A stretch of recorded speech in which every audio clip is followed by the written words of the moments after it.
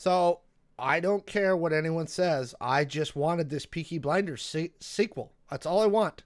That's all I Yeah. want. I want more guys with razor blades in their hats who beat the crap out of each other in England. Yep. I mean, How it's been like what, 10 years or something? no, I don't think it's been that long, but still. Yeah, it's been a while. And if it has been 10 years, I don't want to think about that. I was looking at a pitch deck today that I got to go deliver tomorrow for a potential client.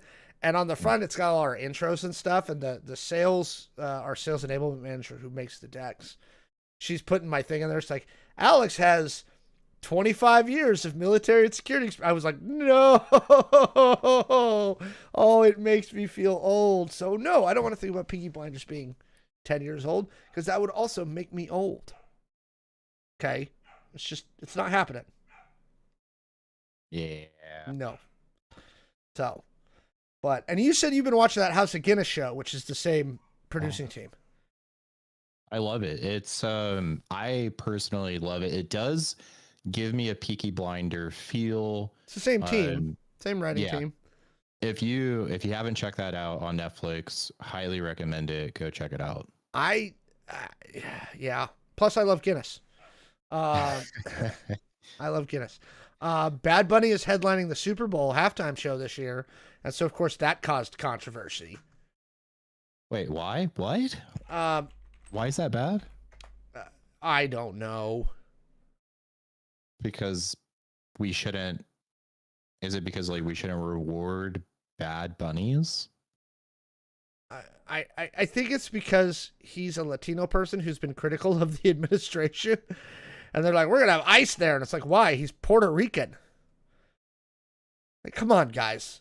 Like, if you're going to be ridiculous, let's at least somewhere in the realm of reality. Oh, no, we fucking left that behind a long time ago. Okay. That ship is sailed. Yeah, seriously. Tell me about it. I did pick up the Final Fantasy Tactics remake this week, and it is so good. It's so good so far. Just adding the voice acting just makes it great. So, did you ever play the original? No, I did not. It's so good. Maybe if I win the lottery, like I'll. It's only $60. But it's the time. I don't have the time for it. Oh no! Like this is my winter. Like this is my game that I'm playing over the winter. Okay. On the original, I put in over 90 hours on this thing. Right? Like with voice acting, everything else, I'm sure I'm gonna be at like. I'm gonna get it to where my Cyberpunk 2077 playtime was. You know, in the hundreds of hours. Dang. Right? Okay. But it's like, here's why I recommend it. It's like Game of Thrones. Like if you like political intrigue with a little bit of magic and some other stuff, it has a very Game of Thronesy. Then this was before Game of Thrones. Has a very Game of Thrones kind of plot. A lot of political intrigue, a lot of this, that, a lot of class awareness stuff with the nobility and the commoners and you know how they treat people. It's a really solid story. So. Okay. Now, what's this note you put in the pre-show about the Psych 210? I saw something about this, but tell me what happened here. So I put the link to the YouTube video if you want to play it. Not sure if you want to or not, but this is UW. Okay, so Psych 210 is a famous UW class. I follow the teacher on TikTok. I've never been to UW. But this is known as like the sex class. So it's a psychology class that looks into like sexuality, and they cover everything from, I don't know, BDSM. Like they will bring BDSM people to the class, answer questions, to other sex things. Yeah. Sounds like my human sexuality class in college, even though I didn't go to UW, but it sounds very similar. This class is taught in the largest auditorium on campus. Mm-hmm. This class has a really long wait list to get in. Mm-hmm. I have heard like rumors that the teacher was like voted like the hottest teacher on campus. I don't know, whatever. But yeah, this whole class is famous. The teacher is famous, has millions of followers, I think, on TikTok. So yesterday, I believe yesterday, a student went in, a UW student, I believe, went into the class and started yelling some like Nazi things, Moving around like in this which makes me think about hundreds of students chased the person out, and the person got maced in the face. And then they held him down until campus security came and arrested the individual. Dude, they straight bum rushed this dude. I'm watching the video now. Yeah. So I'm not advocating for violence at all, but there is like some sweet like instant karma of because person was like yelling some slurs at the class, called the class like the R word. And I believe at one point as the kid is on the ground, he's like, I thought you guys were peaceful. And it's like, that's I don't know. The caption on the video you put there is, "Don't fuck with Psych 210. Nazis get beat." That's like the famous, the famous like meme, that gif of the guy punching the guy with the Nazi armband. Oh yeah. That's downtown Seattle. Yeah. Oh, is it? Yeah, that's downtown Seattle, shit. right outside of Westlake Station. He came up off the train and started saying, and this dude just, nope, clocked him. So that famous gif is very much like that's very much within what we do. We punch Nazis in this town. Yeah, we're holding to the tradition. So I'm proud of this class for I don't know, standing up for themselves and chasing down a Nazi. Yeah. Last note, we got our pre-show here. Smashing Machine movie by A24 comes out tomorrow. The Rock, which again, Variety already has him on the short list for Best Actor this year. Apparently, he fully melds into this role. It's supposed to be really, really good. I've heard that. Yeah, this is a movie I'm excited for. I have heard really great things about this movie. It probably started having some early show times today, if I had to guess. But yeah, I'm gonna try to go see this movie if I can. Yeah, if I can find time, dude. I need to get back into my A list and do some shit. Right? But hey, Tron Ares comes out next week, and that's we're gonna try and have a Tron Ares review for you guys next week. We're gonna try. I don't know if we're gonna manage it, but we're gonna try. We're gonna do it. Because I really do want to see Tron Ares, and I want to hear that 9 Inch Nails soundtrack. All right. Yes. With that, coming live from our weird home studios, it is the Error Code Show for October 2nd. Your place for news, pop culture, politics, gaming, whatever the hell else we want to talk about. If you want to support the show, you can use your Prime subs on the stream. So if you have Amazon Prime, you get one free Twitch sub as part of your Amazon Prime subscription, as long as it's the same email address. You can use those and give us Amazon some money, or you can just use standard Twitch subs, and we would really appreciate it. Comment, like, and subscribe to videos on our YouTube channel. Commenting and liking helps us defeat the algorithm gods, and we really, really need help with that. We're on our march to 5,000 subs, which is our next big goal. And so that would be great. And be sure to also follow us on the Twitters and the Facebook, which Jay set up. Jay, give him the ats for those. Yeah, it's very super simple. It's just Error Code Show. Error Code Show. You can find us on the Facebooks, the Twitters, or the X as the. We're probably gonna have to do a daggone other one too. Yeah. Guys, thank you for keeping up with us in the hiatus. I already see a bunch of people in the chat. Thank you very much, everybody. We love an active chat. If you guys have topics you want us to cover later in the show, drop them in the chat. We're going to try and get those later in the show. We'll probably go a little longer tonight because it's been 3 weeks, for which we apologize. Last week, Jay was really, really sick, and I did not have the strength to try and solo stream by myself again. And then, that was 2 weeks ago. And then last week is actually we're going to talk about in our first topic. About where I was. And unfortunately, I do all the technical production on my side, so I can't let Jay stream by themselves because I don't have any way to produce it. Yeah. because that's just how the system works. One of these days, we'll get it all set up at Jay's house so that Jay can run production from their side as well. But we haven't had time to do that. Support the show so we can quit our jobs and then we can go do this full time, which would be awesome. We could do a daily show for you guys, right? Yeah. Dead ass. Okay. So where was I last weekend? I went with a buddy of mine to MagicCon in Atlanta. I had never been to a MagicCon. I've been to a bunch of different cons in the con circuit. Over the last 10, 11 years, I've been to a lot of conventions. But it had been a while since I took a vacation, so I went out to MagicCon. So we're going to talk real quick about MagicCon, what some of the cool magic-y stuff we learned there, and some other stuff about that. Let's talk about MagicCon. So first off, bottom line up front, like my buddy asked me, because he'd been to many MagicCons before. He goes, where does this rate as a con? I said, it's a solid 7 out of 10. It's a 7 out of 10. And I think he was initially, because he loves MagicCon very much, he was very disappointed. He was like, but why? And I was like, okay, first off, let's start with the easy one. The venue. So MagicCon Atlanta is held at the World Congress Center, which is right next to Mercedes-Benz Stadium. It's like a whole big complex. The venue is terrible. It's a bad venue for this type of con. It is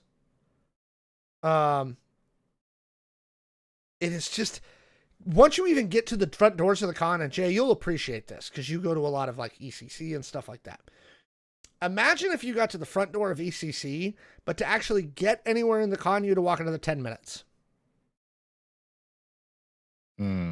Yeah. To get to the show floor. Yeah. Yeah. The whole convention center is really long and it's laid out really weird to get to it. And it's like a series of like, walk here, go down, walk here, go down, walk here, go down. It's really funky. And I didn't like the venue.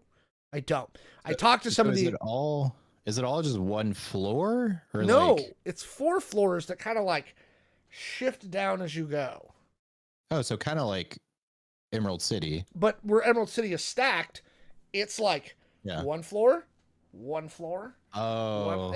It's really weird. And I don't... That is weird. It's not built for fandom type conventions. Which brings me to the show floor.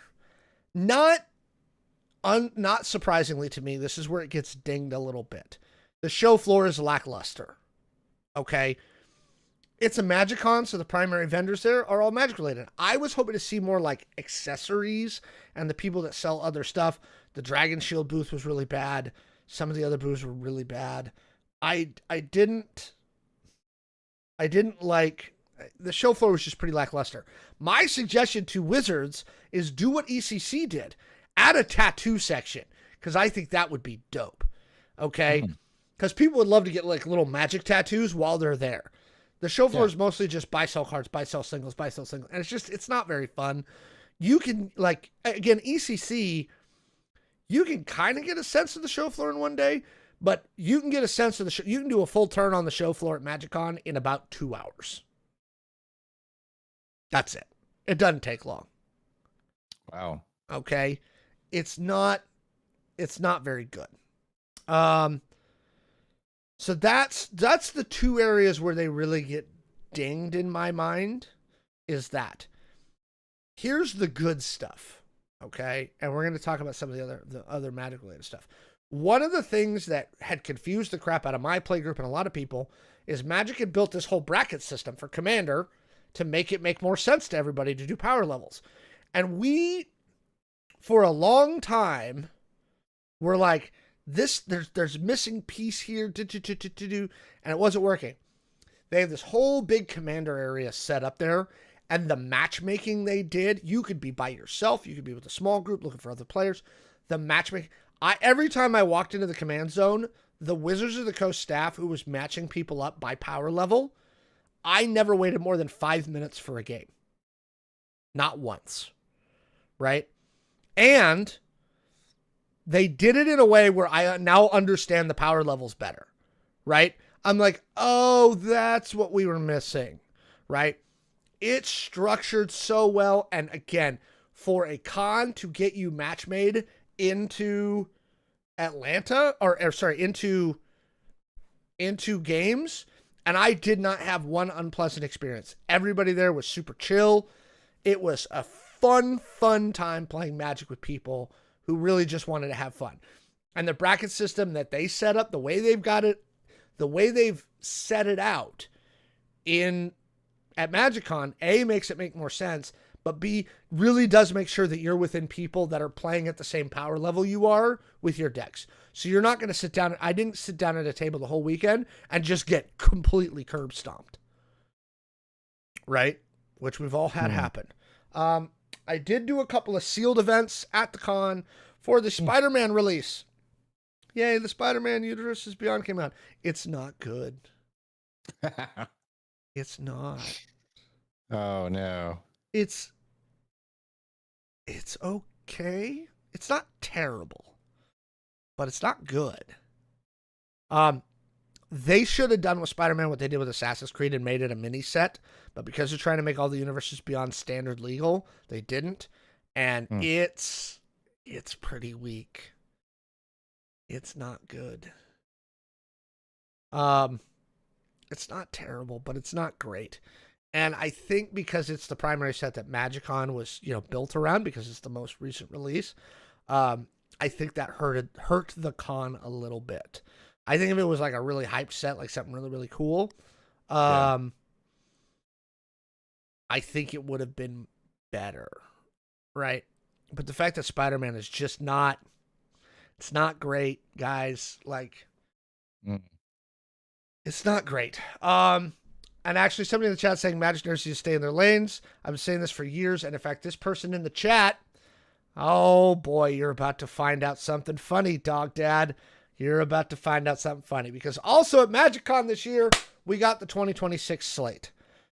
And I'm going to start with the last one in honor of Dog Dad. In November of 2026, well, let's start with this. Usually they alternate like standard set, universes beyond, standard set, universes beyond. This is the first year where they're going universes beyond, with Spider-Man released now, and Avatar: The Last Airbender releases next. Next year, we're in a similar situation. We have 4 universes beyond sets coming to Magic. Full sets. Right? But we're going to start with the last one of the year. And that's Star Trek. And we were talking about this in the pre-show, Jay, and you kind of got that same look that you've got on your face right now. So I want you to start. I've been talking for a minute now. What is your, like, I love that look. That's great. What is your thoughts on Star Trek as a Magic the Gathering Universes Beyond set? I just don't like it overall in general. Like, Dog Dad, I think you're right. Like, stay in your lane. I find it just kind of weird so I have a Kraken deck, right? I don't want to be freaking fighting the Enterprise. Like, what? That's stupid. That doesn't make sense to me. But then also I was just trying to think of so I'm assuming you would have the ship or a series of ships. Well, and with the last standard release, the last in-universe was Edge of Eternities, which was a very sci-fi-y, but in Magic lore, right? Yeah. And they added ships, specifically like stations. And they also made it so that legendary vehicles can be commanders now. So now I think you're going to get about 9 Enterprises in that set, and all of them will be legendary vehicles, and all of the Enterprises can be your commander. Yeah, this is honestly the stuff that has really turned me off of Magic. So I used to stay late at work, and we would play Magic at work with a group of friends. And it just gets kind of insane with them constantly releasing new cards, new decks, new whatever. And some of them are really cool, I will say. I have bought Secret Lair sets before, love them. Very beautiful cards sometimes. but I just get tired of this like endless like having to learn new mechanics, and stuff like Star Trek just doesn't make sense to me. Like it's just a complete cash grab. Yeah. Well, and so that brings me to August's release, The Hobbit. Now, when they did the Lord of the Rings release, it was very, very popular. It was a very popular Universes Beyond set. And a lot of people were really okay with it because, as far as magic lore and magic kind of like theming, Lord of the Rings kind of fits. So The Hobbit kind of fits. But in June, we're getting another Marvel set, Marvel Superheroes. That's June. So let's go through the whole thing. January is Lorwyn Eclipse, so they're going back to the Lorwyn plane. They've started to do some releases, like some light stuff about what this is going to be. That looks like it's going to be a really good in-universe set. Then we have an unannounced Universes Beyond, which is strange to me, because we know what ones are coming out in June, August, and November. Why aren't you telling us what's coming out in March? Right? So there's a lot of people who are wondering what's going to come of that. April, we have Secrets of Strixhaven. Everybody likes Strixhaven as a plane. The previous Strixhaven set was very, very popular. I think that's going to be a really good popular set. And then we have another in-universe set. This is not a Universes Beyond, called Reality Fracture, which they have said basically nothing about. That's all it's called, is Reality Fracture. But that is an in-universe set. So yeah. I take it you're on the bandwagon of people who are like, we've overdone it with the outside of magic. Yeah, I like Pokemon had, and I am like really just 151 guy, but Pokemon, like, they would have some weird cards every now and then, right? But it was still always in the Pokemon universe. You never saw freaking The the USF Fortnitification. Enterprise.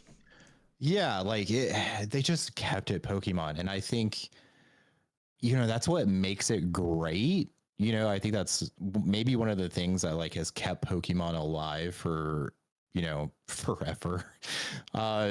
Because they just don't sell out in that way. I'm sure they've sold out in many ways, but they haven't sold out in that way. Like you make your fans happy. You don't bombard them with stuff that just doesn't make sense. Yeah.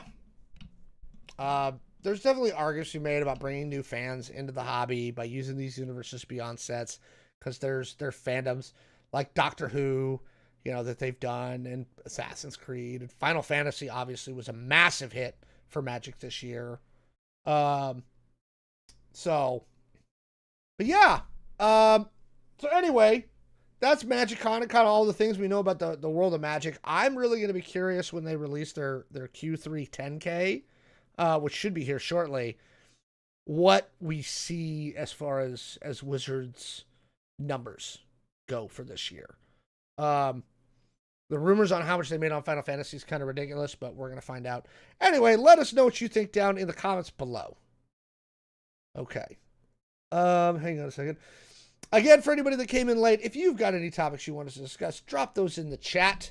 We wanted to start with kind of a lighthearted and why we haven't been here for a couple of weeks. Now we're going to move. We're going to move on to, oh boy, here we go. Jay, this one's yours. You want to take this one away? Yeah, sure. Go, and then we'll talk about it. So, something that we pride ourselves on this show is not getting sucked into political talk at all. So you would not have to worry about us covering topics such as like Hegseth stating that, quote, the era of politically correct, overly sensitive, don't hurt anyone's feelings leadership ends right now, end quote, new quote, no more division, distraction, or gender delusions. We wouldn't cover stuff like him issuing new directives that will raise physical standards for everyone in uniform to a quote male level. We wouldn't cover the talk of toughening grooming standards. Him saying that he doesn't want to see quote no more fat generals around Pentagon, which is great. And like, this is like the quality that you can really expect from this show. Like, we're not going to cover, stuff where he would say stuff, quote, no more beardos, right? Um, the era of unacceptable appearance is over. So these are things that you don't have to worry about us covering it, because everyone covers that. And also, him saying, quote, simply put, if you do not meet the male level physical standards for combat positions, cannot pass a PT test, or don't want to shave and look professional, it's time for a new position or a new profession. So like, we wouldn't cover stuff like that. But if that was something that we would cover, Alex, what are your thoughts on those? So as someone who used to be in the military, there's a lot here that was said. Again, for anybody who's watching this on YouTube later, anybody who's new to the show, I spent 23 years in the Army. Okay, I am retired. I am a retired senior non-commissioned officer from the Army. Now, generally speaking, on social media and places like this, I not in the facetious way that Jay just said about us not talking about politics, because we do talk about politics on this show a lot. Why? Because we fucking can. It's our show. We get to talk about what we want. That being said, I generally try and stay out of this. I did watch chunks of Secretary Hegseth's speech. And it's a joke. It's a joke. Okay. He's a joke. It's a joke. Okay. And we're gonna address a couple things that will be said in the chat here in a minute. Let's kind of go through this. The era of politically correct, overly sensitive, don't hurt anyone's feelings, leadership ends now. The only people who've had to worry about that for the last 15 years are assholes. Okay? You can be a leader and you can make your fucking point without insulting people. Okay? It's not necessary. I spent the majority of my career as a non-commissioned officer. Do you know how many times I had to call someone a derogatory slur? Never. Never. You don't need to do it. The only people who've been griping about this are the ones that use that as part of their leadership style. Okay? Pete Hegseth, you can tell by looking at the motherfucker that he is the type of officer who needs to put people down to make his point. Okay? That is not a valid method of leadership in my opinion. I would say in my learned opinion. And again, the only people who were worried about this were people who were assholes. If you're an asshole, people got upset with you for being an asshole. Okay? So let's start there. No more division, distraction, and gender illusions. Please. The division and distraction, fuck you. That's all you've been since you got put in your position as secretary. Okay? It is a distraction that is causing division in the ranks. Gender delusion, look. I don't even know where to go with that, Jay. Like, this is part of the overarching kind of war on trans people that this whole administration is going through. I quite frankly think that if you're a trans person and you feel like putting on a uniform and signing a fucking contract, we should let you. Your thoughts on that? Yeah. I was also thinking about like the females that serve in the military, because he kind of keeps going back and saying like very specifically male level. And so I was kind of thinking like, is he targeting now like females in the military? Specifically females within combat arms. And I went through that transition. When I started my career in combat arms, there were no women in combat arms. It just didn't exist. It was against the law. Okay? There was a law. We did not have women in combat arms positions. They changed the law during the Obama administration. And it took a few years of implementation. Now, I will be the first one to admit, when they first talked about it, I was a junior NCO, and because I had been brought up in combat arms, and because I'd been brought up in all-male units, I didn't know how I felt about it initially. Okay? I was very nervous as a young leader in my 20s when this all happened. I got over it. Okay? There's a quote, and I'm going to try and bring it up, from The West Wing.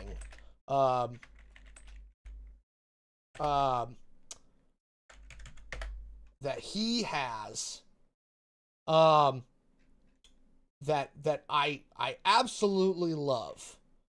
That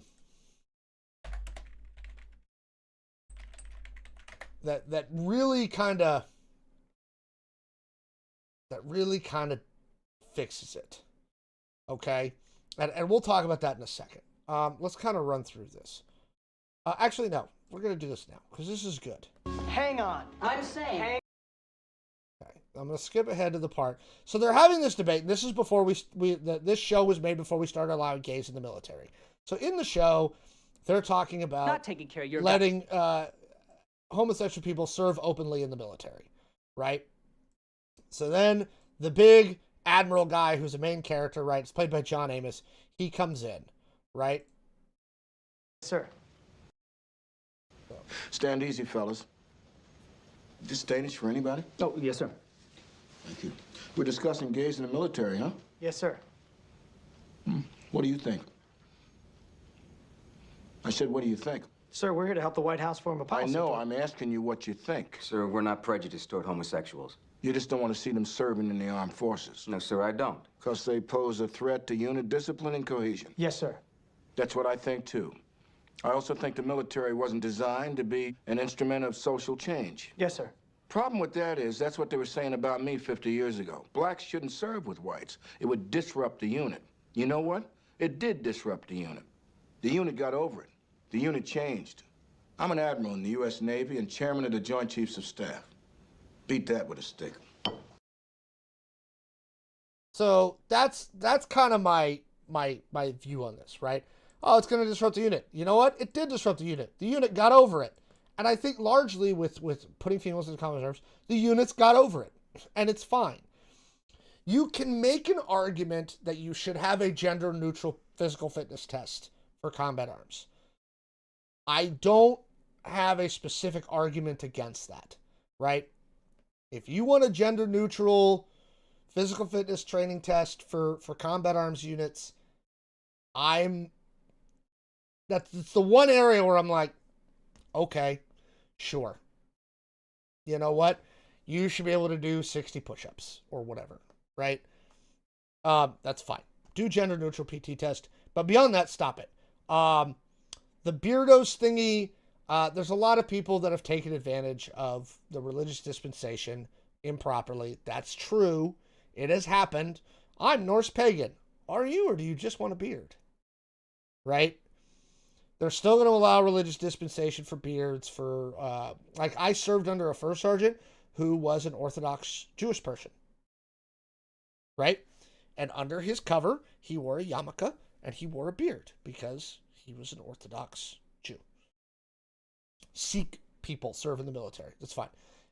He's talking about a lot of the guys that get long-term profiles, especially people who are of African-American descent, who get the shaving bumps, which are very, very painful. This is what you're worried about? Honestly, soldiers have been begging for them to just allow beards for years. This is a constant argument with the Army is, why can't we just have beards? Can we just have beards? Like, everybody can have a beard. So the fact that he's making this a big point, again, he's a former major. He's got the good idea fairy. He can shut up. The fat generals, again, he can't make himself feel better without putting other people down. That's his deal, right?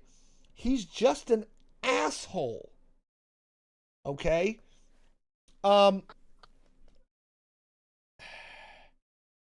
Yeah. It's this. You've got this one last note in here. So go ahead and make your last note. We can talk about this next piece. Yeah. Which is Trump's something- thing that he said when he talked to the generals. Yeah. and something that we talked in pre-show, something that, you know, again, we don't cover on this podcast because we don't cover political stuff at all.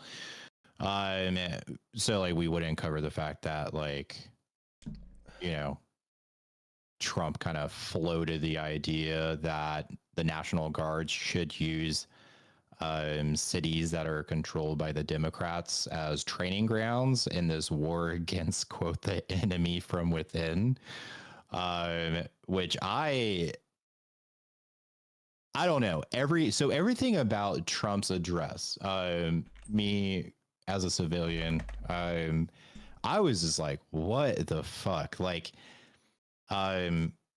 even the whole fact that he was like, okay, like this is a super quiet room, like you guys can clap, like, right? Like, come on, like clap. If you don't want to clap, like please leave and you'll lose your rank and everything. And even I was able, as a civilian, able to really quickly understand that there is a military code of conduct. Maybe that's not the correct term here, but like that prohibits them from actually clapping or, you know, causing any sort of reaction or noise when being addressed in this manner.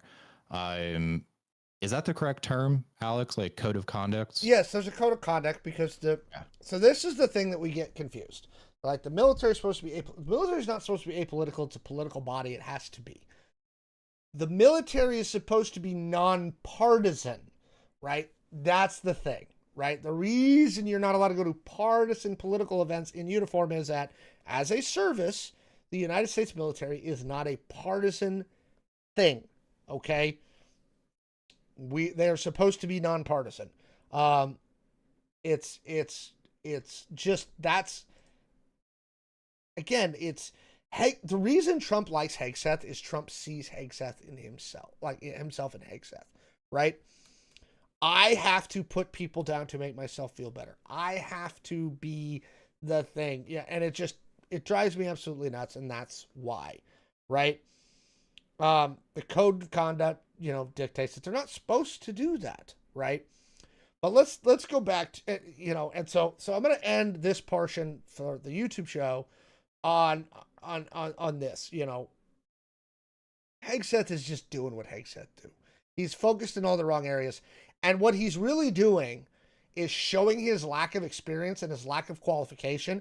Because if this nitpicky bullshit is what you're focused on as Secretary of Defense, you don't understand your fucking job.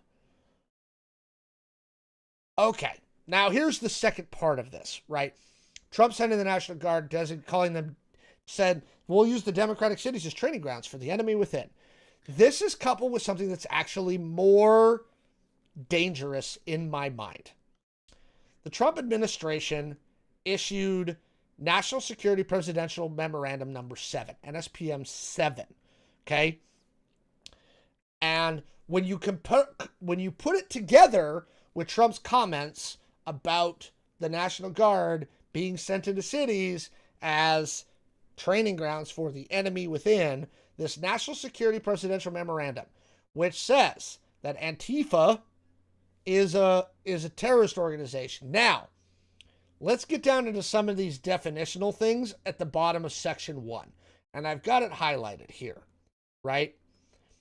Common threads animating this violent conduct include anti-Americanism, anti-capitalism, and anti-Christianity.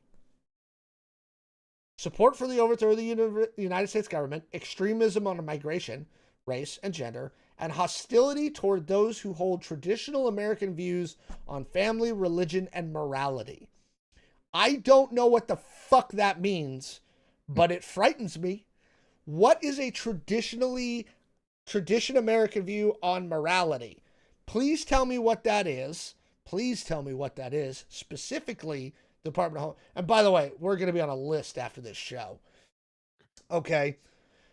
What is a traditional American view on family and morality? Tell me what that is, and tell me why the Joint Terrorism Task Force, because let's go back up, or down here, the National Joint Terrorism Task Force and its local offices shall coordinate and supervise a comprehensive national strategy to investigate, prosecute, and disrupt entities and individuals engaged in acts of political violence and intimidation.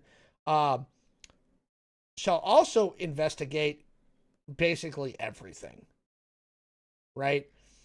But what exactly are you saying is traditional American fucking morality, right?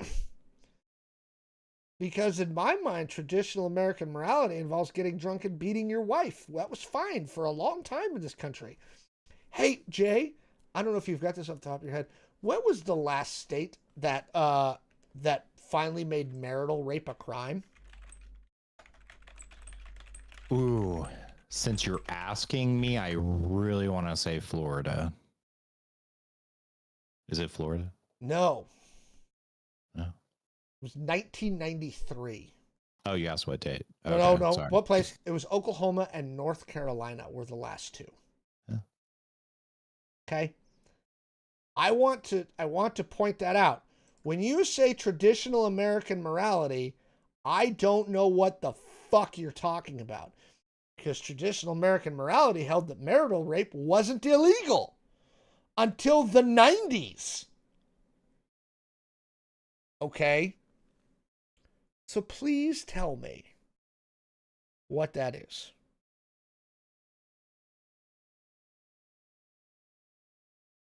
So when you combine that with Trump's statements about sending the National Guard, and I think they've now sent them into Portland. Yeah, right? they have, yeah. I think Chicago's probably next. I think Seattle's probably going to be spared and we're going to be lucky. Mostly because everybody forgets about us. Everybody forgets about the Pacific Northwest. We're just sports, all of it. Everybody forgets. Like, oh, yes, Seattle. I forgot about that place. So I think we're going to get spared. But what are your thoughts on basically this whole thing? And do you know what traditional American views on family, religion, and morality are? No, I do not. And this is something that I think you and I kind of discussed offline a few weeks ago. This also goes back to, all the people saying like political violence is not who we are, which if you look at our history, it really is. Technically, yes, it is. So, no, this is a slippery slope, obviously.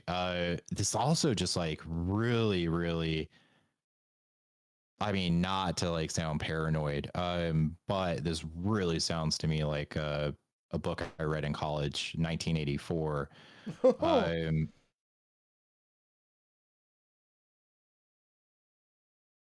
This is stuff where like I'm like, this isn't real. Like there's no way this is real. Oh, it's real. I've got the presidential memorandum from whitehouse.gov right here.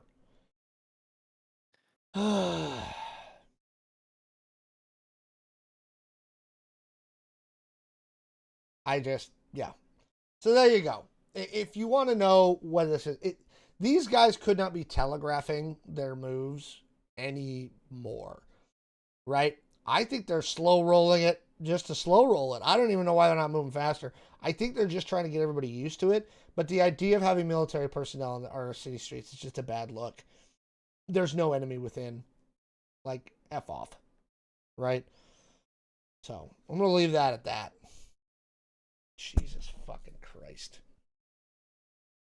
I think we've got a fun topic next. Yes, we do. Something happier. In the meantime, thanks everybody for being in the chat. It's a very active chat. Very, very good numbers tonight. We want to thank you guys. We're sorry for the hiatus. Sometimes shit just happens, but I hope you guys are having a good show tonight. If you've got any topics that you want us to talk about, throw those in the chat, and we will cover those toward the end of the show. I think we've got like 2 or 3 more topics to go in our pre-planned list. We're kind of cooking through them. So yeah, I know y'all been hanging out for a couple of weeks. So if you've got topics that you would like us to discuss, throw them in the chat. We'll get those after the next couple of topics. A couple of weeks ago, we talked about spam for like 20 minutes. We ended up on a food one for a while, and it was great. It was a great topic. I loved it. That was good. That was a good topic. That was. Yeah. How's OctoKitty feeling about everything that's going on right now, by the way? Oh, ooh, that is a sore subject. So OctoKitty like thrives with like violence. Like OctoKitty is ready to like for blood. Like OctoKitty's ready to fight? yeah, OctoKitty, like, I don't know. I feel like OctoKitty might do like blood magic and There then you like go. it's bigger and bigger and then yeah, I don't know. I try to like shield OctoKitty from the news. Yeah. Because between OctoKitty and Grogu, I think they could topple the administration. Right? Oh yeah. That would be the end Yeah. of it. Okay. All right, moving on to our next topic. And actually we talked about this a few weeks ago because Jay and I went to a Mariners game. Right? Yeah. Okay. So I know this crowd can get a little cranky when I talk about sports ball, but I'm doing it anyway. The Mariners have finally broken a terrible streak. They won the American League West after a 21-year failure to do so. Okay? They also nailed down, not only did they win the American League West, they got the 2 seed. So they're actually on a bye this week. They get a whole week off to like rest their pitchers' arms and be ready. Look, I know a lot of our audience is not into sports, but especially coming off our last topic, I think it's important in times like these to have a sense of civic cohesion, something civic that can bring us together. And I think that togetherness could heal a whole crap load of the wounds we've suffered in our communities. Okay? Sports, in many times, can transcend race, ethnicity, sexuality, economic status, right? Because poor to rich, everybody, loves it. Okay? When I was a kid, I used to listen on to the radio and watch on my cheap little, remember the old TVs with the boop, boop, boop, boop, boop, okay, in my room, in my apartment when we were broke, right? Like, these things I think can bring communities together in a shared sense of happiness and warmth that I think can be very healing for that. So starting there, Jay, obviously we went to a Mariners game a while back. We both enjoy the act of going to sports games and things like that. What's your thoughts on how the Mariners ended the season, and then on the other stuff too?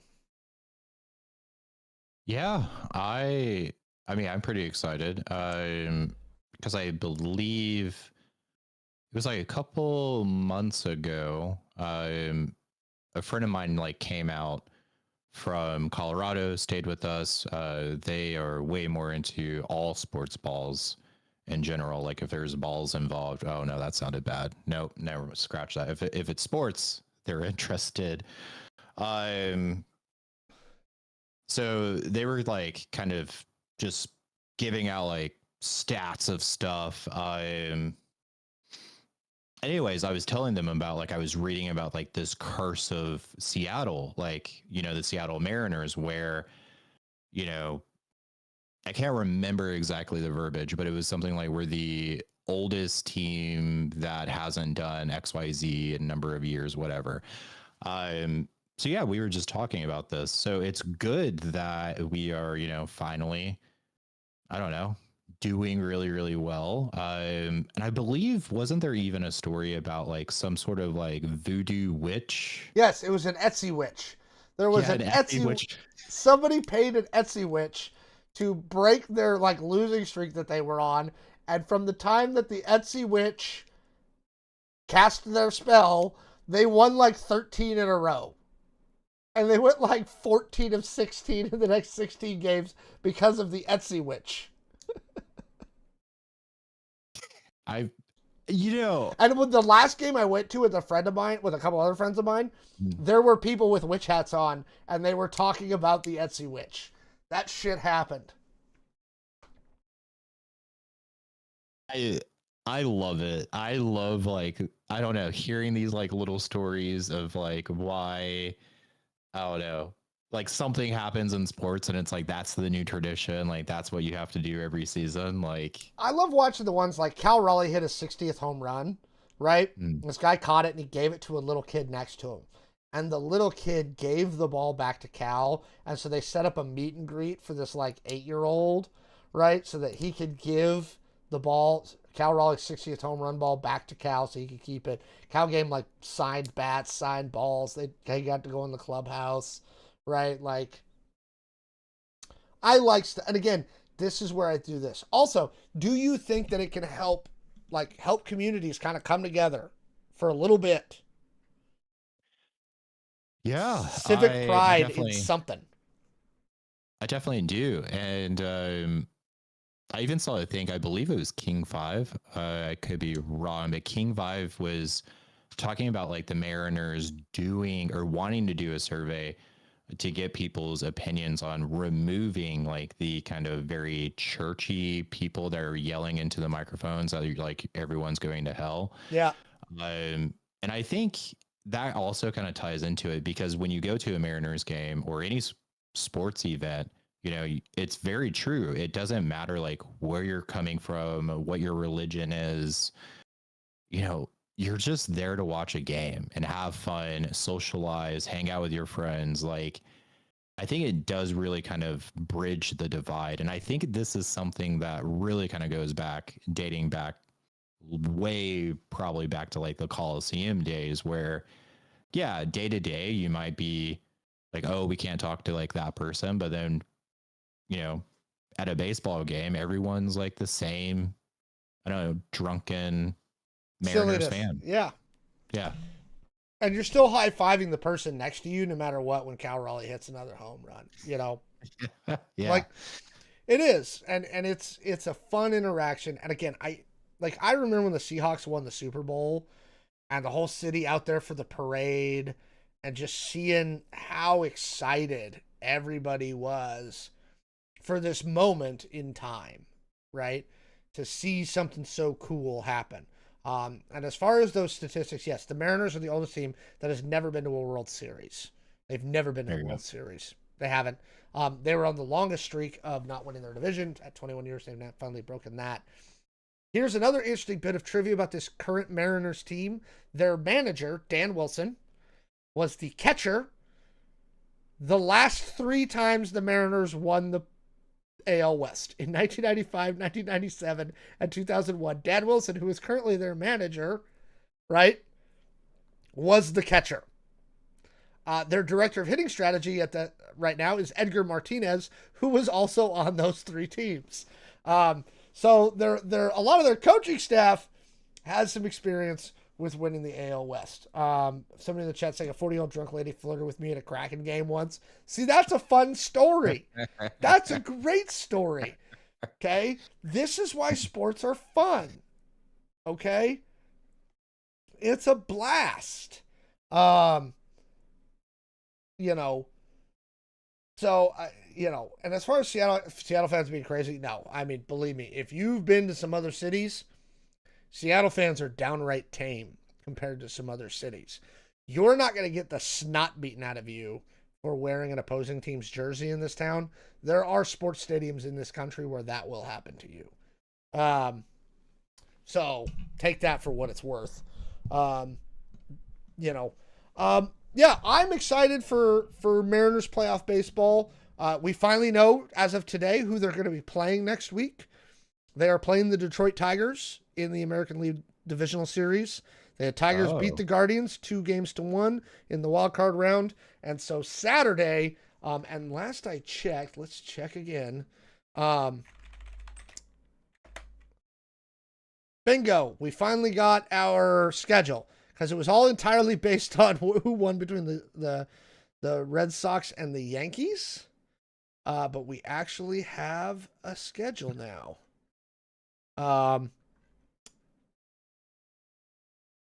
So the Detroit Tigers will play. Yep, there it is.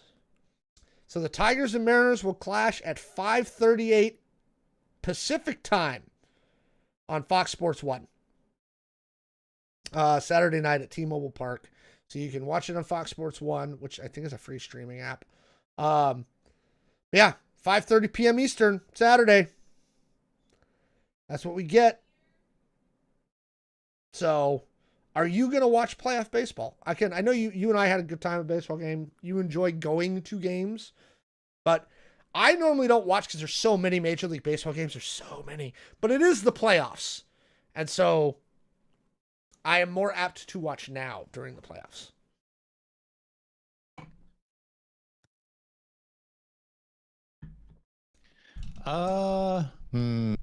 Leave it on the background, maybe. I will say like this game specifically on Saturday, my family were huge Tigers fans. Oh, Never been to a really? Tiger fan myself, yeah. So it's almost actually, so I think the weekend after this, some of my family is coming into town, and I wish it was like next weekend because I would definitely go to this game and maybe try to like take them or like us all go to this game. But yeah, Tiger fans, I've never been to a Tiger game, but like that's something that they're like, oh, like every year we would always go to like a Tigers baseball game, blah blah blah blah blah blah. This weekend really sucks for me. I have a final that I have to do. Oh, So leave it on the I'm background. not entirely sure. I'm Leave it not on- sure. Radio, man. Get Rick Riz on the radio while you're Thank writing you. your final. Okay, so to answer somebody's question in the chat, and again, we're not here to make fun of people who don't follow sports ball very often, but here's what I'm going to do. I'm going to show you. So this is the 2025 postseason bracket. As you can see here, you had the first round, which the Mariners were not required to participate in because we were cool. So Detroit, Cleveland, Red Sox, Yankees. Detroit beat Cleveland in 3, right? Okay, and so now you have this here. Detroit versus Seattle. And then New York Yankees versus the Blue Jays. So let's focus here. This is a 5-game set. 5. So one team, and somebody will, has to win 3. Whoever wins 3 goes to this bracket right here, which is the American League Championship Series, to play the winner of this one. And then the winner of that will go here to this lovely World Series. And then in the National League, similar situation over here. I actually think the Mariners have a pretty reasonable path to get to the World Series, right? The Tigers are okay, but they're not unbeatable, and the Mariners have beat them this season. They played them during the regular season. They're currently, of the 6 games they played against the Tigers, they won 4. Okay? Somebody in the chat is saying, I want to see my Mariners go against my Cubs. Boy, that's tough right there.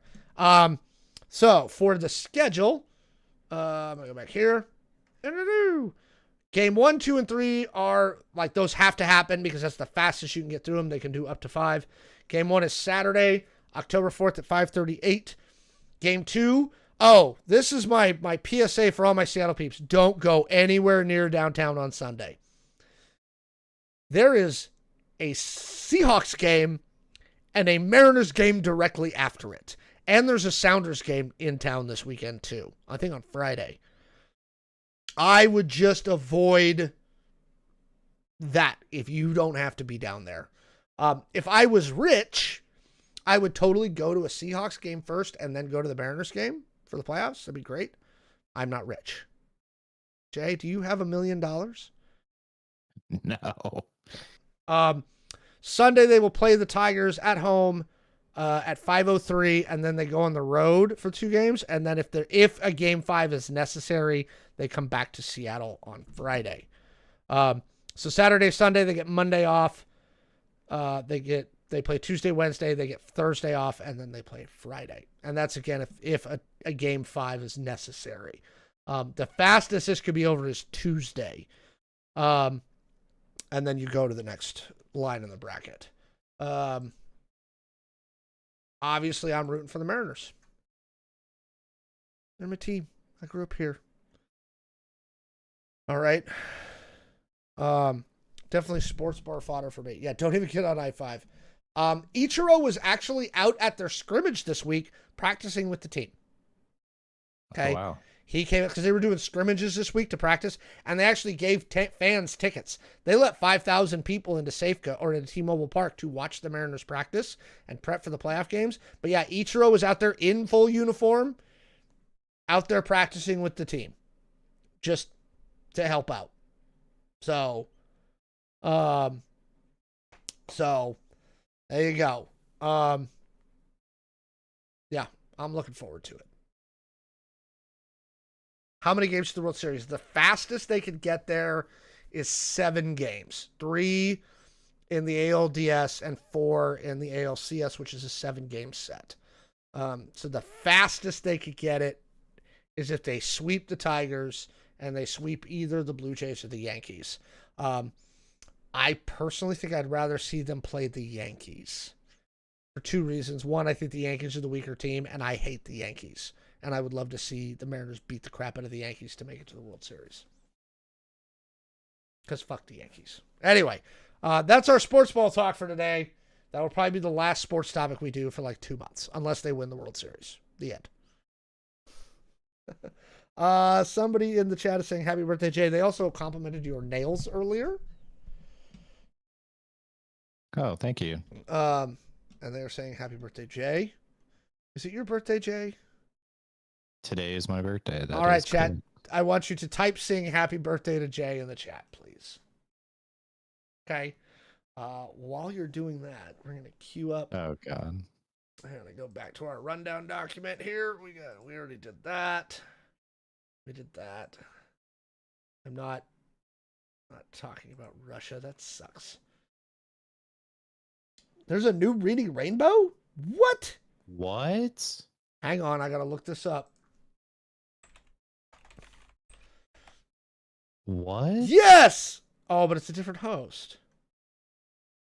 They are. Not on PBS. YouTube channel. Oh, it'll be on YouTube. Huh. 20 years with a viral former librarian. Michael Treese, who is a former librarian in Northern California, will make his debut as the face of Reading Rainbow when it returns to its new format on YouTube. On Kidszuku YouTube channel, operated by Sony Pictures. It will be available October 4th, in 2 days. I hope it's good. I loved Reading Rainbow. Yeah. That is definitely a classic. Trying to remember the words to that. Reading Rainbow, butterfly in the sky. You can go twice as high. It's in a book. Look, Do. take a A look. Reading Rainbow. Yeah, I loved Yeah. that show. Loved that show. Plus, LeVar took us all kinds of places, like where they made pizza dough, like all the cool places that LeVar Burton took us. The bridge of the Enterprise. Like, come on.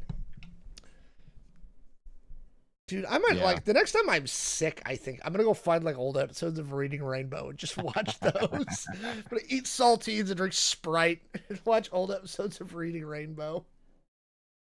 Feel like I'm fucking 8 again. So lots of well wishes in the chat for you, Jay. Happy birthday. I'm not gonna ask how old you are. I already felt old today, so I'm not gonna do the same thing to you. Yeah. It's okay. I'll share that. I am 22 now. You're a liar now.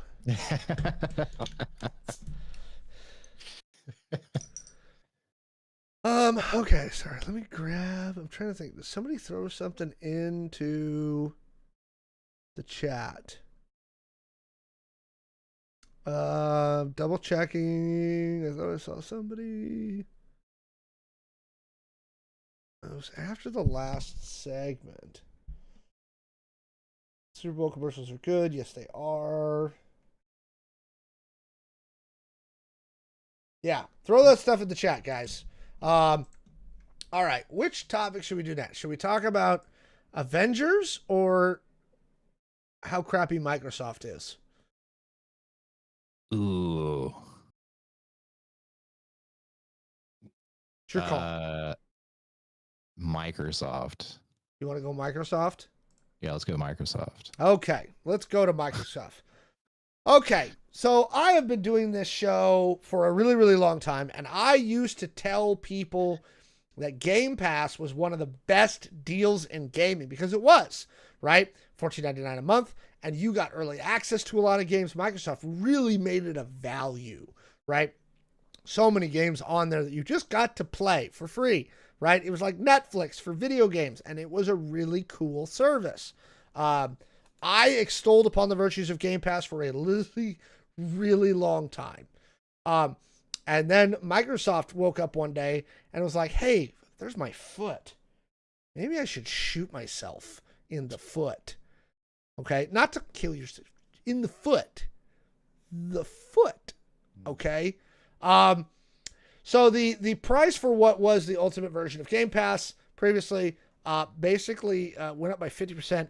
It is now $30 a month for Game Pass Ultimate. Right? All Xbox published games day one, which is what it used to be on the thing when it was like $19.99. Now it's $29.99. $29.99. And again, put this in perspective, that's $360 a year. The next step down is $14.99. New Xbox games within a year of launch. Within a year of launch. Yeah. I think it's garbage. I think it's fucking hot garbage. I don't know what Microsoft is thinking. I think that $29.99 a month, and apparently their website went down for a little while because people were hitting the cancel button so fast. Jay, what is your first thoughts on this? First off, are you surprised that they raised the price? And B, are you surprised they raised it this much? I mean, yes. I am surprised to all of it. I don't know. Like, is this just like do they feel left out that no one, like, they're not being canceled? Because, like, keep in mind, like, recently we've had a lot of like, cancel Disney because of the Jimmy Kimmel thing. Right now there's a cancel Netflix, which I actually don't even understand that movement. Honestly, I just saw it today. So, like, is Microsoft just like, oh, like, no one's canceling us? Like, if we want to in on this, like, trend, I don't know. I have no idea. I have no fucking idea what they're thinking. Pushing it to $30 a month.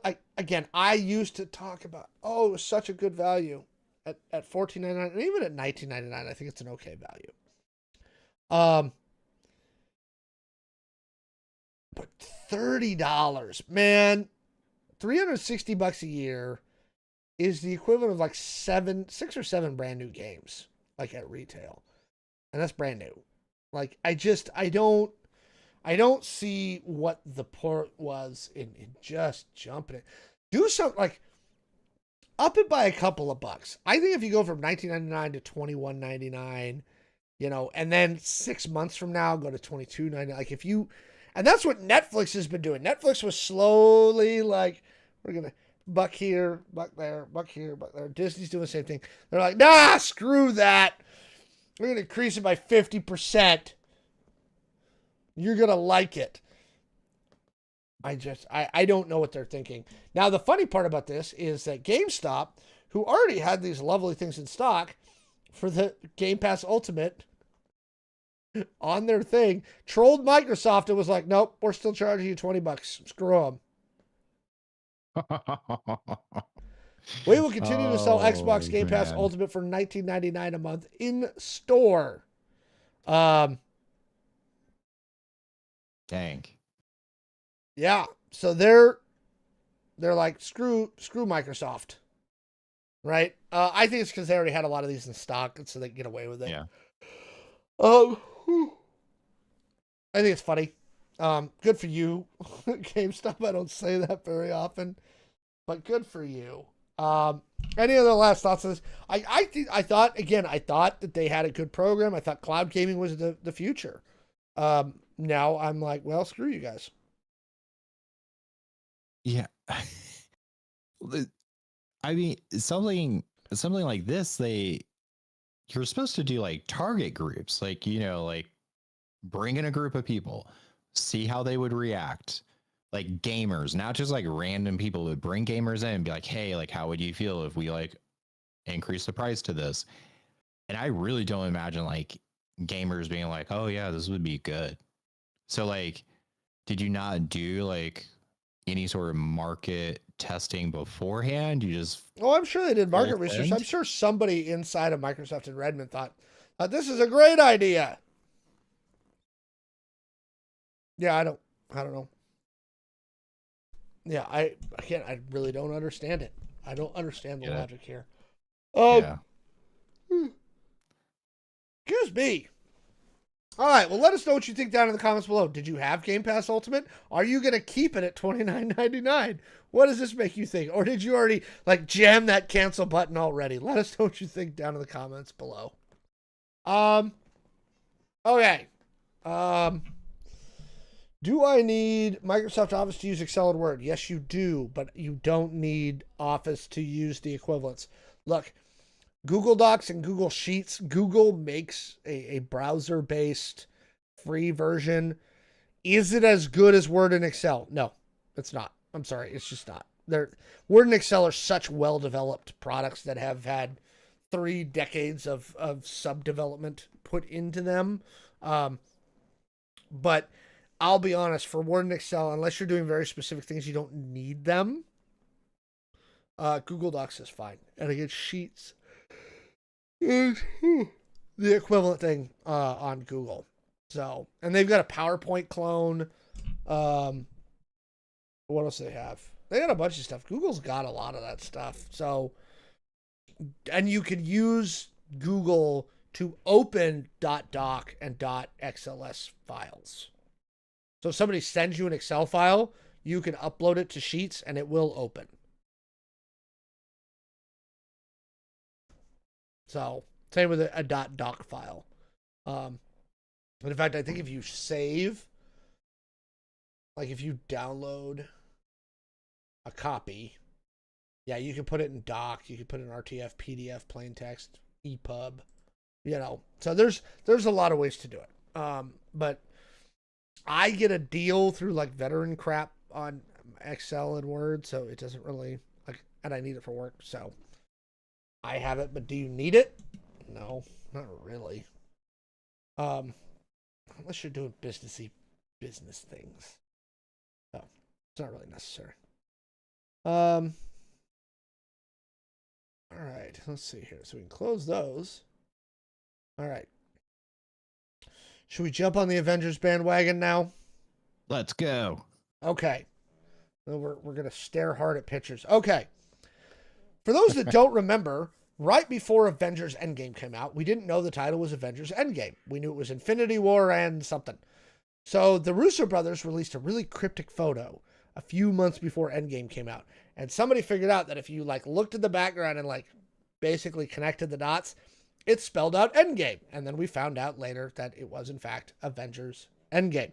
So it was very fun. So a few days ago, the Russo brothers tweeted out or sent out on their Instagram another cryptic photo, and with the simple caption of "Look hard," and that is the photo. And so people on the internet have for 2 days now been parsing the crap out of this picture. So you can see one of the Russo brothers right here in the center. There's some spotlights. There's some stuff. Jay and I spent a few minutes looking at this before the show. There's some dots here on this green screen. Those are tracking dots.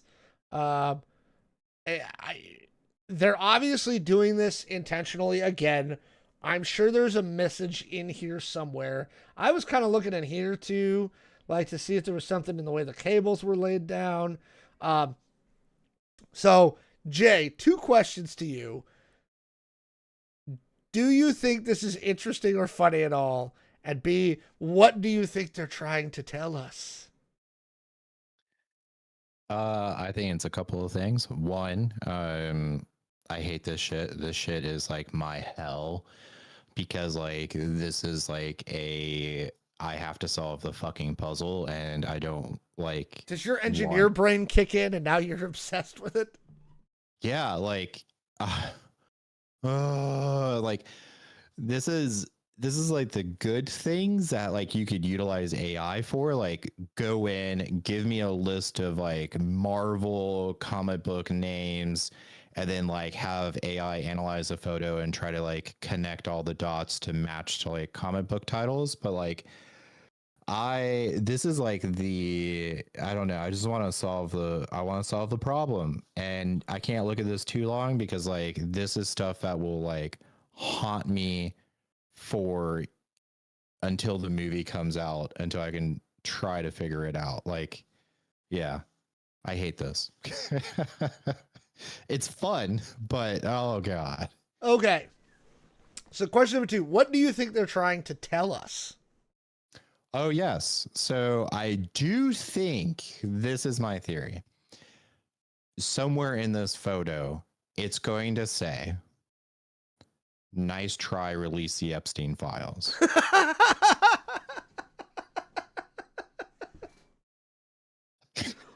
Okay, that was pretty good. That was pretty good. Nice try, release the Epstein files. Okay. So here's some of the theories I've heard is that there's like an A, a V, and if you squint, that kind of looks like an X, right? Or maybe over here somewhere. So Avengers versus X-Men, because we know the old original X-Men are going to be in the movie, right? So that's one of the things I've heard. People have tried doing enhancements on this photo and things like this. People have tried various ways to connect these dots back here, right? People are really focusing on where the spotlights are pointed. Now, here was the most interesting one. I'm going to go to one of my favorite YouTubers, the John Campea Show, and I was watching their analysis of this, and I think it was Robert Meyer Burnett, who also has a very good YouTube channel, who brought this up. And I kind of like this theory, okay? Couple of things. We had previously covered that Marvel had held a date, right, between Doomsday and Secret Wars, right? There was an unannounced Marvel project. They released that date last week, and they put the Simpsons movie there, right? So that's interesting. No more movie between Avengers, Doomsday, and Secret Wars. Okay. We know they filmed a crap ton of filming for this movie already. They've got a lot of stuff.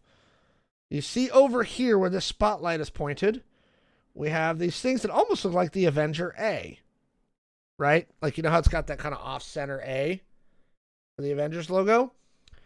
What if instead of 2 movies, they're doing 3? And it's AAA. 3 Avengers movies in a row. Right?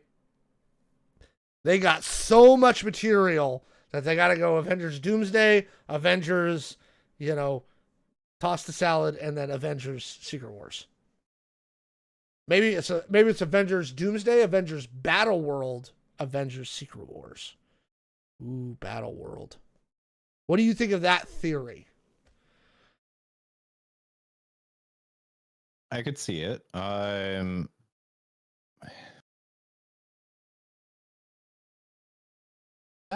Yeah, that does make sense.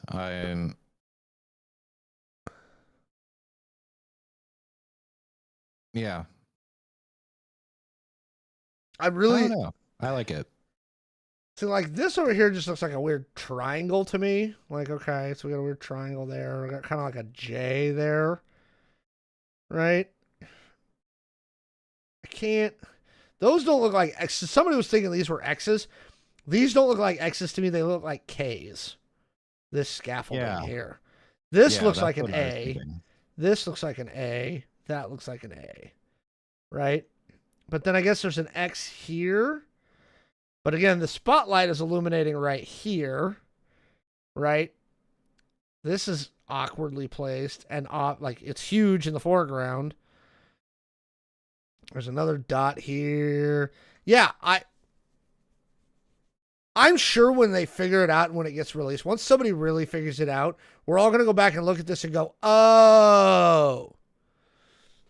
But it is kind of annoying right now. But I mean, at least they're getting people to talk about the movie Yeah. a full year before it comes out. God. They've apparently wrapped filming on it, right? So it's in the can, right? Oh. Now, Marvel already builds in time for reshoots on every single movie. That's just, they're like, look, we just do reshoots. We just do. It's just normal for us. I'm sure there will be some reshoots, but, you know, the rumor is that they filmed a lot of material and they may have upwards of 4 to 5 hours worth of raw material to be working with. And you can't release that as one film. And that was the other reason why I kind of bought the theory they had, is that split the movie into more than one, you know, and really like drive out the Avengers series. Because I think this will be the end of the Avengers series, because I think after this they're going to move on to the X-Men. Yeah. For the next phase of the MCU. I think the X-Men are going to be the primary focus of the next phase. So if you're really trying to close out your Avengers sagas, you know, this is the way to do it. And with a soft reboot that Secret Wars will be. Yeah. So I like that. I don't know. All right. Let us know down in the comments below. Are they just trolling us? Have you solved the mystery yet? Do you think Jay will be the first one to solve the mystery with the assistance of OctoKitty? Okay. Let us know what you think down in the comments below. Did our restream chat? Is our chat working?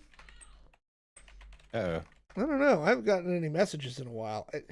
It has been having some issues with Restreamio chat, and I don't know what's going on. So, hello. Well, there's Twitch. There's one person at Twitch. YouTube chat was being very active today. So thank you, YouTube chat.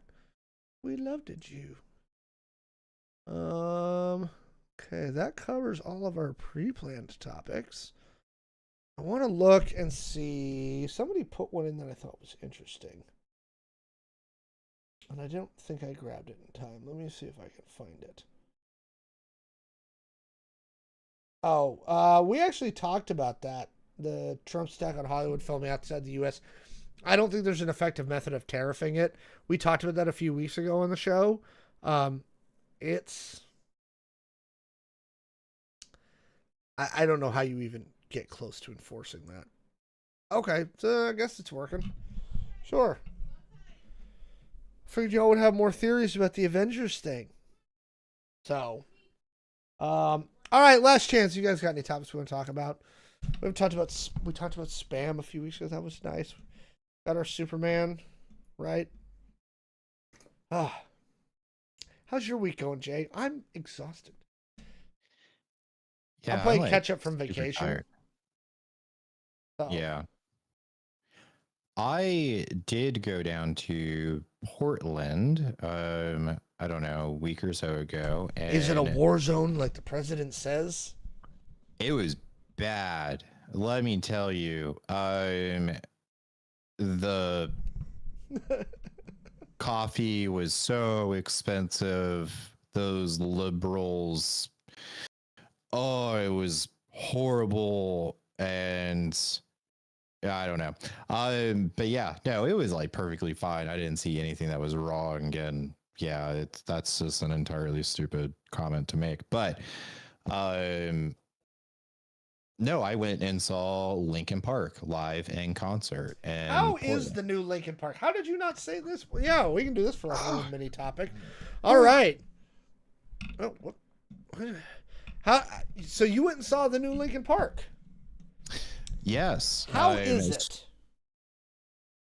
I never got to see Linkin Park with Chester. Oh, it was so good. It was so good. Yeah, and Linkin Park is my favorite band. So my wife got us tickets to the Portland show. That was like Christmas present last year. Oh wow. And Portland was, so the tickets were cheaper. Yeah, it's not a terribly far drive, obviously, if you're from Seattle.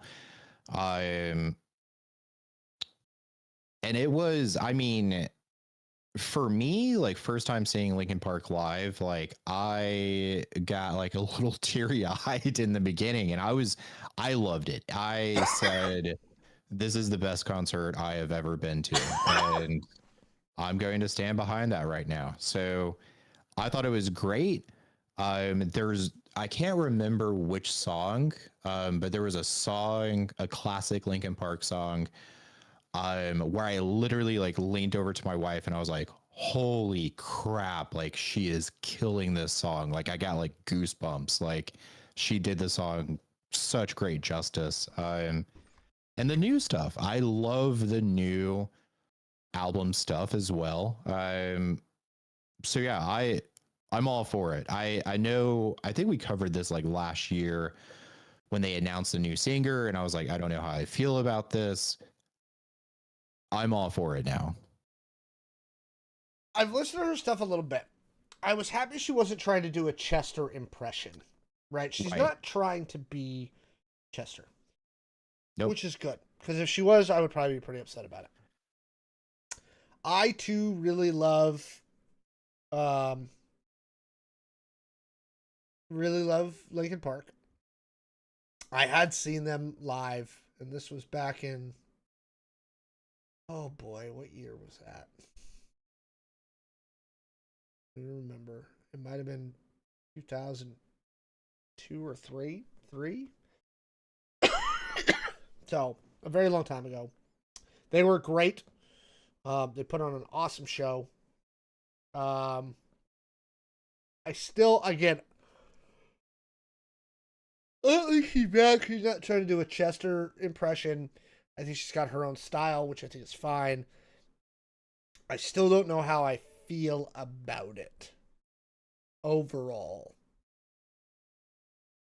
But this is everybody else. Like Mike Shinoda is there. All the other band members are there. Yep. So, how is Mike Shinoda? How does he sound these days? For I his thought he pieces of it. sounded amazing. Yeah, I thought it was great. I will say they did come up to Seattle like the next week after Portland. That part was weird to me. So the tickets were more expensive. I had a friend that went to that concert and I was asking them about like the setup and everything. Sounds like the Portland setup was better. What venue was the Portland one at? At the Portland.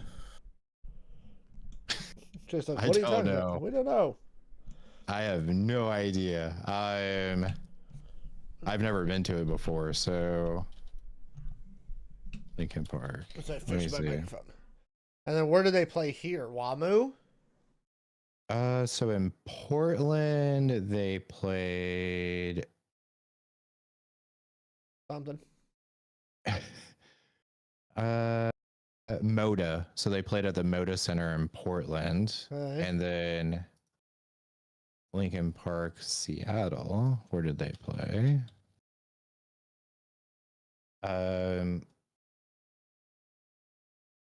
So Climate Pledge.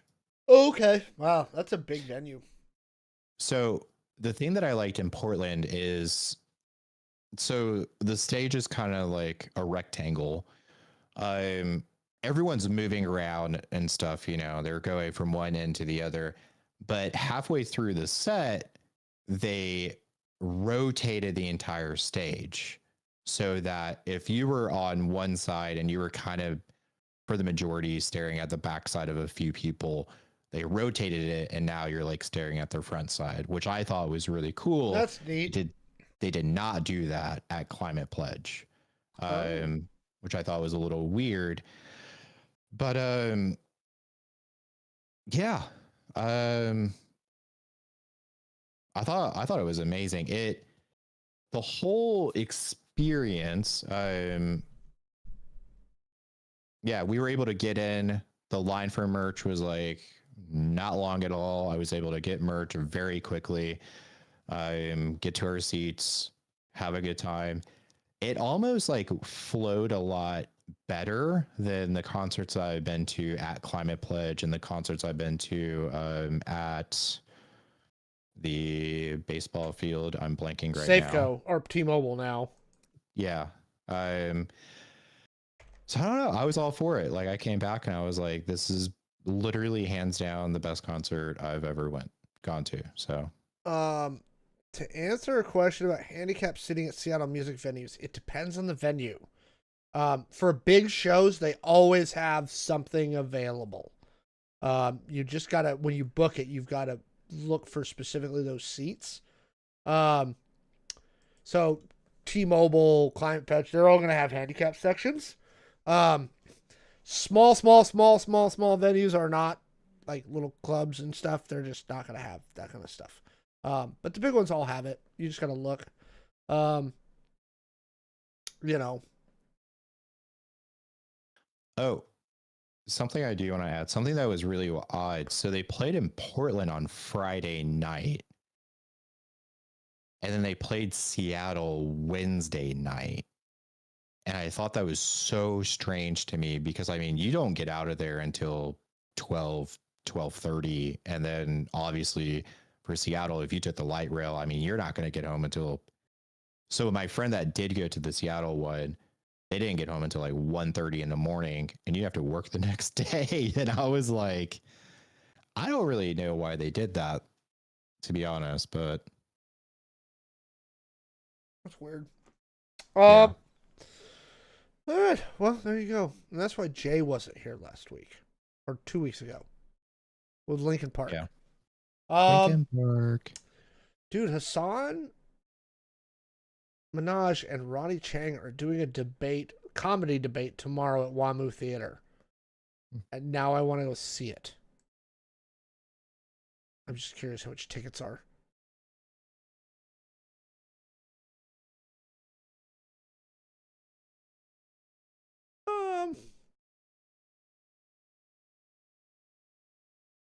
There's only like single seat stuff left. Doesn't seem like there's a lot of seats together. There's not. I wouldn't want to sit by myself. Well, that's pretty close to sold out.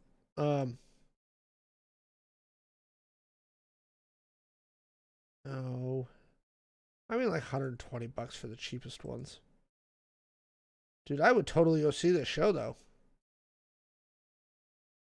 Like that's not terrible.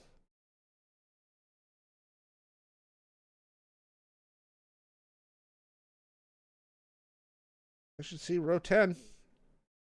That would be probably pretty funny. I like both Ronnie Chang and Hassan Minhaj. So, anyway, weeknight concerts are not the best because you have to get up or just take the next day off. Because I imagine you took days off because you were in Portland. Yeah. So, yeah, that Friday I took. So that Friday was the only day that I was scheduled off. And then I had the weekend, chill in Portland, drive back to Seattle. It was fine. But like a Wednesday, I don't know, for a concert that's not going to get out until like midnight, and then you have to get out of Seattle and get home. Like, I don't understand the planning behind that. No, it does not sound fun. Does not sound fun. All right, folks. Well, it's 9:35. So unless you guys have something like absolutely critically you want to talk about, I think we're gonna let you go for the night. So I can get these edited and up onto YouTube. Does Portland still smell like piss? It's like any other city. There were parts of Atlanta that smelled like it. Although the area of Atlanta, and this is the credit I will give Atlanta, the area of Atlanta, like downtown where the convention center and Mercedes-Benz Stadium, highly walkable. I was really worried because we weren't renting a car that I was going to be stuck. Dude, very, very walkable little area. Lots of little restaurants, cafes, cool little grocery stores. Like, it was a very nice area. I think every city's got that. Any major city has got that problem somewhere. I work in downtown Seattle every day. Right where I work doesn't, but if you go up on 2nd Avenue, you know. Yeah, I think like any city, it depends on where you're at. Would you say the same? Yeah, I agree. Like Portland kind of smells like that. Denver kind of smells like that. I mean, it It tends to be better in the Yeah. wintertime when there's rain because it's washing Yeah. all of it. In the summer, it's always like, oh my God. Yeah. Somebody spray this shit down. We need some rain. Let's go. You know. What do I think of the PlayStation Magic Secret Lair? I think it's neat art. I have no real interest in it myself. Right? It's just not my cup of tea. Because of who's on that one. And of all the things that they do with Secret Lair these days where they're not POD and they're not print on demand, I get a little annoyed about them. Because the scalpers have run up Secret Lair with the queues so bad. Yeah. You know, again, if you're really into Horizon Zero Dawn, if you're really into God of War, the Kratos ones look really good. You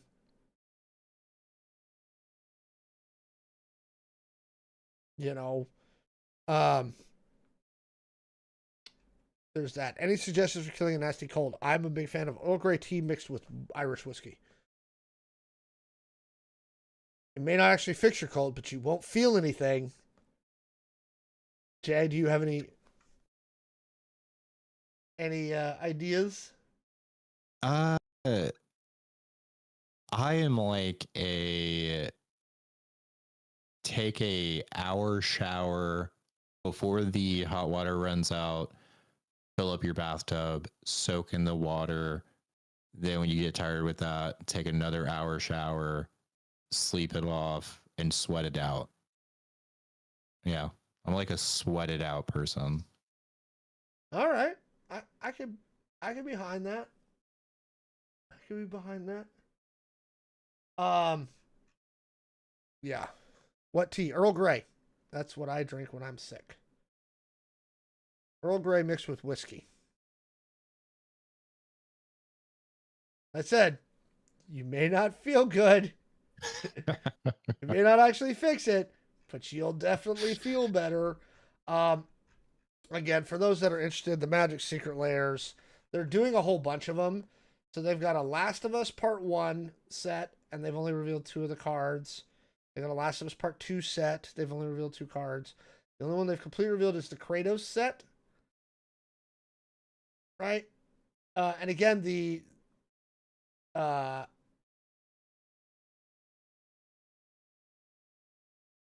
cards look really cool. There's a God of War Norse one. Right? They got an Uncharted one that, again, they've only revealed 1 card. And then they have a Horizon Zero Dawn set. And then a Ghost of Tsushima set. Again, the cards look cool. This Samurai one looks really dope. But yeah, I have gotten really irritated with some of the Secret Lairs because of how bad the scalping on it has been. I really wanted the Sonic the Hedgehog ones, but I couldn't even get them. And now they're like $90 in the aftermarket, and I just won't pay that for those 5 cards. So, personal thing, again, scalpers and resellers have fucked everything up, but that's a whole other. We've done that as a topic before, and we'll probably do it again. So, Jay, do you have anything else you'd like to say to the lovely folks tonight? Remember this, if it's your first time listening to this podcast, we are a podcast that we don't talk about politics at all. And, I think that's really good because we wouldn't cover topics about, no, I'm just kidding. I don't have anything else. I hope everyone has a good night and a good weekend. Yeah. All right, everybody. We should be, I don't think there's any reason we're not. Well, we should be back next week. So, October 9th, come back and join us. 8 a.m. or 8 p.m. Pacific time. Not 8 a.m. No. Again, guys, go like, comment, subscribe. Help us defeat the algorithm, guys. If you see us pop up on TikTok or Reels or whatever, anywhere else that we're trying to jam content, make sure you do something to help us out there. We really appreciate it. And have a wonderful night. Right. Bye.